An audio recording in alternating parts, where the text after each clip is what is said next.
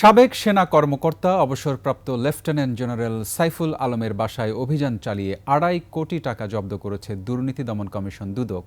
এদিকে সিরাজগঞ্জ ৪ আসনের সাবেক এমপি তানভীর ইমাম ও তার স্ত্রী সন্তান এবং গোপালগঞ্জ বিজ্ঞান ও প্রযুক্তি বিশ্ববিদ্যালয়ের সাবেক ভিসি সহ ৪ জনের বিরুদ্ধে মামলা করেছে সংস্থাটি।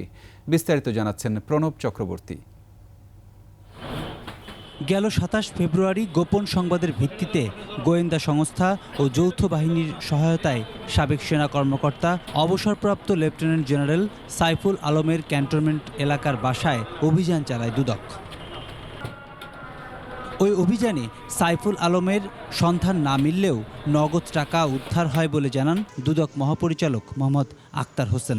জেনারেল সাইফুল আলম সাবেক ডিজিএফআই প্রধান, তার ক্যান্টনমেন্টস্থ বাসায় অভিযানকালে 2,85 লক্ষ টাকারও বেশি অর্থ ট্রাঙ্কের ভিতরে রক্ষিত টাকা উদ্ধার করা হয়েছে এবং সেটা বিজ্ঞ আদালতে উক্ত টাকা জমা দেওয়া হয়েছে।